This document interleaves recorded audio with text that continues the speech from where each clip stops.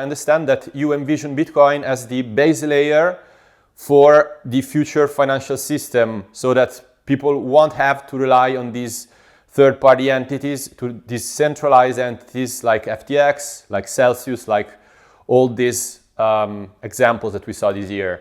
So all of crypto is trying to rebuild a financial system that we already have based on manipulation and centralization, the entire stack besides Bitcoin. And Bitcoin is the only thing that changes that. We don't need another system in requiring greater credit that can never be paid back, that has to manipulate our time and information to pretend it can pay it back. We need a different system that puts the incentives of all of us together and aligned incentives to the best of us instead of based on a theft. And so that's actually partly the reason why this entire system, the entire crypto ecosystem is going to go to zero besides Bitcoin. After the collapse of all these CeFi platforms, a lot of people are saying this is time for DeFi to emerge. So we noticed that there has been an increase in activity on DeFi platforms because, as we know, DeFi offers this sort of peer-to-peer services which don't require custodians, third-party risks. And so they seem to provide a solution. But you don't believe those are a solution, right? We talk about DeFi. Decentralized finance cannot exist. It's impossible for it to exist on a centralized platform. When you say centralized platforms, you mean Ethereum, right? I mean anything other than Bitcoin, because I have not seen something that passes the test that can be decentralized in security. A lot of people see decentralization as a sort of spectrum. So you can have more or less decentralization, and probably the traditional financial system is still far more centralized than those platforms that you are criticizing on which the DeFi system is working on. So maybe right now, but if you project it forward and the world moves on top of it, not a chance, because functionally they have to become more centralized. They have to. It's not that's not a guess. That is looking at the logic on how it's built.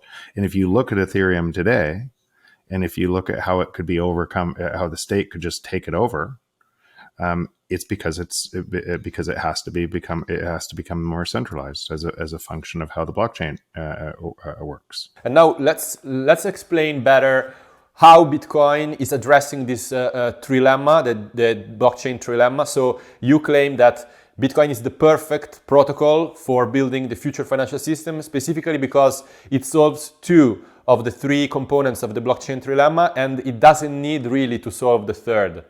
I'm saying it doesn't have to solve that in a layered system. Technology protocols develop in layers instead of one big behemoth that solves everything. And for the layers to function properly, they have to harden.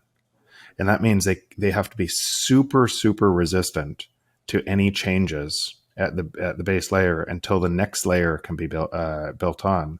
That base layer needs to be proven decentralized and secure. And so Bitcoin is hardened for 13 years, provable more secure, provable more decentralization, and outside of control of any government. Nothing can stop it on the base layer. And then layer 2 comes on and can talk to the base layer. And layer 2 becomes Lightning, and it opens up an entire new payment rail on top of payment rails on top of layer 1 that we couldn't see, that many people that were talking about crypto, that why they went into crypto the first time is Bitcoin couldn't provide the payment layer because it could only do 5 to 7 transactions a second on layer 1. So they solved scalability, or they tried to solve scalability and sacrifice the decentralization by doing so. So Bitcoin critic and Ethereum proponent Ryan Berkmans explained 3 reasons why Bitcoin won't be able actually to become this base layer for everything like the one that you explained. So here are Bitcoin's 3 problems according to him. Let's address them one by one. So the first problem according to him is that Bitcoin is uncompetitive because of its lack of apps and the high cost of proof of work. So let's address that first.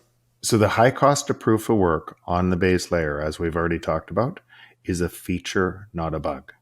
It is the way that you drive decentralization and security, period. It's the only way to be able to, from a physics standpoint, to be able to do that. And yes, it doesn't allow, on the base layer, it doesn't allow apps to be built. It doesn't allow scalability. That's actually the feature. But in layer 2, it allows all of that scalability. That I can send Lightning transactions around the world. I do send Lightning transactions around the world right now for fractions of a penny, unlimited. So now you have your second layer talking to your first layer without sacrificing the second layer, without sacrificing the first layer.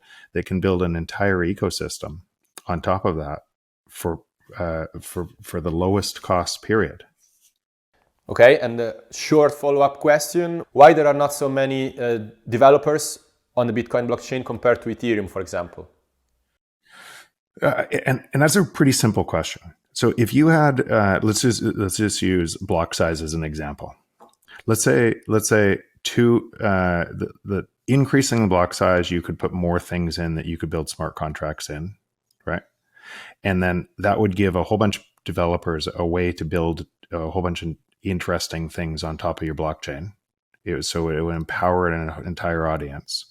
But by doing that at the base layer, meant that block size would have to increase, and the compute power to audit the system would have to increase, and that would concentrate the centralization in very few nodes that had the money to be able to do that.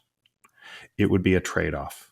Okay, that was pretty clear. So now let's address the second concern. So Bitcoin security budget is unsustainable because its transaction fees haven't and won't grow nearly enough to make up for BTC issuance reduction from the halvenings. So as a result, Bitcoin is currently on track to suffer successful 51% attacks. To solve this, the Bitcoin community must become willing to sacrifice the 21 million supply cap and inflate BTC on an ongoing basis to buy security. So how could you comment on this? Okay. So when I see a question like that is just so factually backwards, it's hardly even a question that it's worth it. Because if that was true, then hash rate wouldn't be moving up on Bitcoin.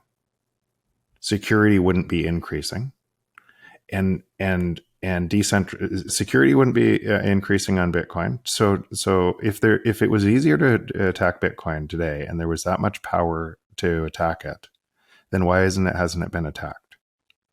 So security is exploding. If you look at exahashes on Bitcoin as a measure of the energy use of Bitcoin, and mining of Bitcoin, it's exploding all around the world. So it gets harder and harder every year, not less hard. Let's address the last of the concerns, which is about quantum computing. So he's making the point that one day there will be this technology, quantum computing, that will be able to break the cryptography that Bitcoin is based on, thus kind of undermining its security. You just say, okay, quantum is going to break security at some point. Wouldn't you expect quantum to try to break security on something like a bank first, or the Federal Reserve first, or because this security underlying this is encryption security that runs the entire world. And so if quantum in some time is able to break this, then it could also break every other security instrument in every other crypto, every other financial institution, every single other thing, the nuclear codes, and wouldn't there, as well as that would happen, wouldn't you expect that all of the people within Bitcoin, if that were to happen, to develop quantum resistance in that threat, just like that would happen all over the world? So that's the way technology evolves, and you're constantly looking to, okay, what's the next threat? And you're moving ahead of that. Even if you took that to its logical conclusion, tomorrow there's quantum that could break that. It's likely not going to break Bitcoin first because there's not enough incentive to do so. And if it did, it would ruin the same incentive that it was trying to crack to be able to create the incentive to crack it. Thanks a lot, Jeff, for this incredibly insightful conversation. I hope to have you again on our show. Thanks, Giovanni.